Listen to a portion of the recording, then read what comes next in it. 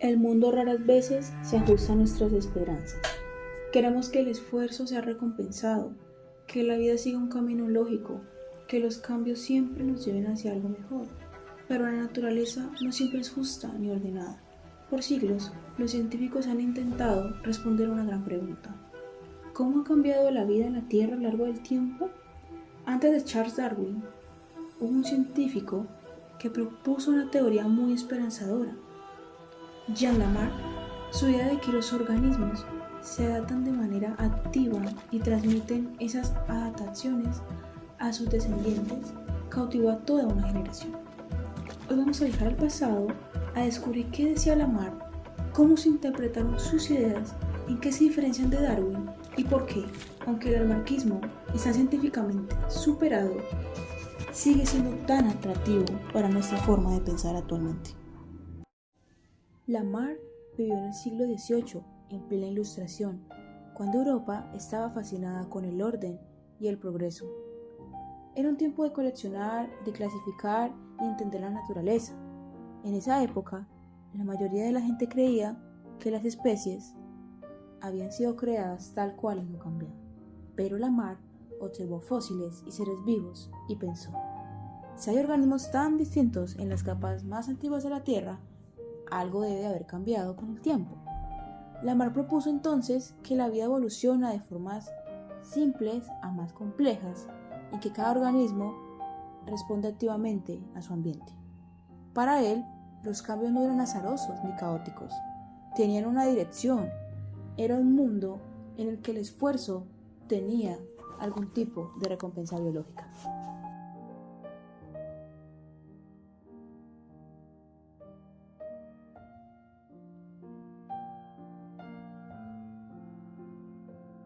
Lamarck propuso dos leyes principales. Por un lado tenemos el uso y el desuso. Si un órgano se usa mucho, se fortalece y se desarrolla. Si no se usa, se debilita hasta desaparecer. Por otro lado tenemos la herencia de caracteres adquiridos. Los cambios logrados durante la vida de un organismo se transmiten a la descendencia.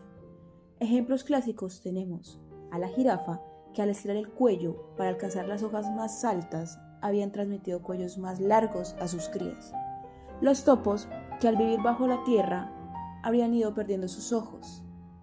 Tenemos también a las aves acuáticas, que al pasar el tiempo nadando habían desarrollado membranas interdigitales.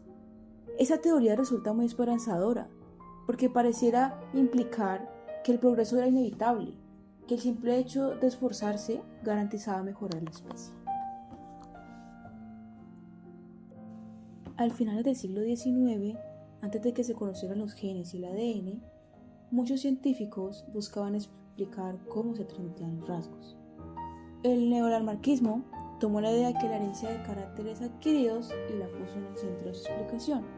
Sin embargo, dejaron de lado un punto clave de Lamarck, que era la idea de que los organismos actúan activamente para responder al ambiente. Pues para los neolamarquistas, los organismos eran pasivos, simplemente moldeados por el entorno. Durante décadas, esta visión fue dominante, parecía lógica. Si los músculos crecen cuando los ejercitamos, ¿por qué no heredaríamos estas mejoras? Pero pues llegó Darwin y cambió la historia. Charles Darwin, tras su viaje en el Beagle, propuso una teoría distinta, la cual fue llamada selección natural. Para Darwin, la evolución incurre en dos pasos. Por un lado tenemos variación al azar. En cada generación aparecen pequeñas diferencias no dirigidas a ninguna meta. Por otro lado tenemos la selección natural. El ambiente actúa como un filtro, favoreciendo a los individuos con características ventajosas para sobrevivir y reproducirse. Un ejemplo de esto es: si el clima se vuelve frío, los animales con pelajes más gruesos sobreviven mejor y dejan más descendencia. Con el tiempo, la población entera tendrá un pelaje más denso. La diferencia clave es que para Darwin no hay intención ni dirección en los cambios. La evolución no es un progreso inevitable hacia lo mejor, sino simplemente una adaptación ante las circunstancias. Existen casos que parecen lamarquistas, pero en realidad pueden explicarse por selección natural. Un caso es los herrerillos en Inglaterra que aprendieron a abrir botellas de leche. Si en el futuro sus picos cambiaran, será porque los que tengan picos más aptos para esa tarea dejarán más crías, no porque el aprendizaje se haya heredado.